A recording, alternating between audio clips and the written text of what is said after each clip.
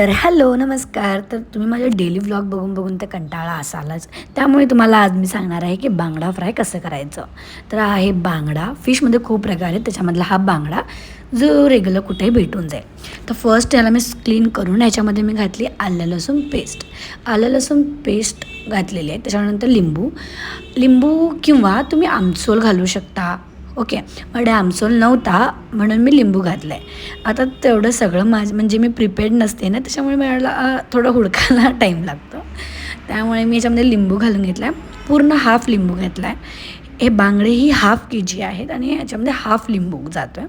तुम्ही तुमच्याप्रमाणे घालू शकता, काही प्रॉब्लेम नाही, पण जास्त नका घालून येतं, ते आंबट होईल. ओके, तर पूर्ण निचोड के मैंने लिंबू डाला आहे हाफ.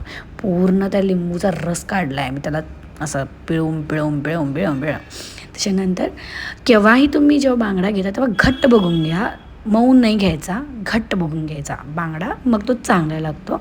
आणि जेव्हा तुम्ही मिक्स करता ना, तेव्हा त्याला वरच्या हाताने करायचं. आणि जेव्हा तुम्ही मिक्स करता तसं एक काळं येते, कारण की ते आतमधलं स्ट्रक्चर बाहेर येतं ना, त्यामुळे थोडं मऊसर हाताने तुम्ही ह्याला मिक्स करून घ्या. ओके, जास्त पण घट हाताने मिक्स नाही करायचं. ओके, जास्त ताकद लावून नाही त्याला मिक्स करायचं. त्याच्यानंतर याला एक 10 मिनटं रेस्ट द्या.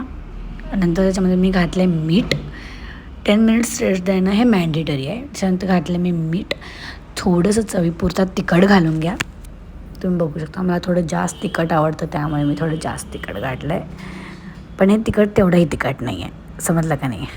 त्याच्यानंतर तुम्ही तो उसके बाद ऑफ ट्रॅक झाला. तर त्याच्यानंतर मी याला पूर्ण मिक्स करून घेतलं आहे. जास्त ताकद लावून मिक्स करायचं नाही, त्याला थोडं हळवार मिक्स करा. ओके, आणि नंतर याला मी 5 मिनटं ठेवलं होतं असं, तिखट आणि मीठ लावून फक्त, कारण की याला थोडं तिखट मीठ आत लागणं इम्पॉर्टंट आहे, त्यामुळे चांगलं आतपर्यंत लावून घ्या. ओके, त्याच्यानंतर याच्यामध्ये मी घातलं होतं थोडा सोया सॉस, मला आवडतं आणि याच्यामुळे थोडं चांगलंही लागतं. हां, तुम्ही काहीही फ्राय करताना याच्यामध्ये सोया सॉस थोडा घाला आणि चिली सॉस थोडा घाला आणि व्हिनेगर, हे बेस्ट आहे. याच्यामुळे तुम्हाला एक थोडा वेगळा फ्लेवर मिळतो तुमच्या खाण्यामध्ये. हां, तर थोडंसं व्हिनेगर मी घातलं आहे आणि याला प्रॉपर मिक्स करून घेतलं आहे.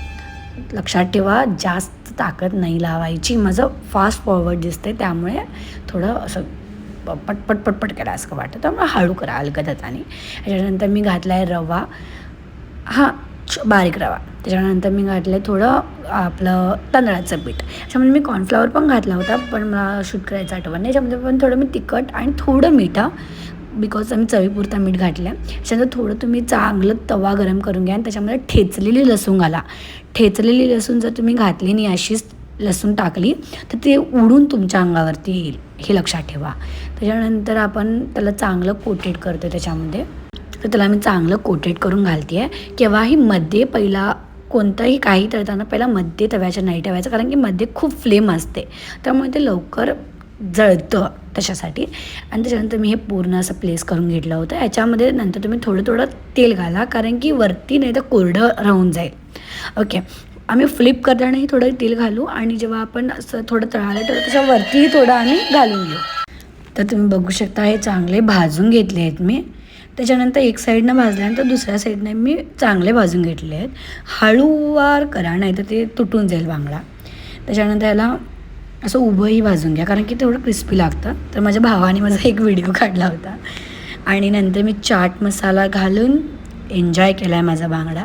तर अशा चांगल्या व्हिडिओसाठी नक्की मला फॉलो आणि शेअर करा आणि सबस्क्राईब करायला विसरू नका. Thank you, bye.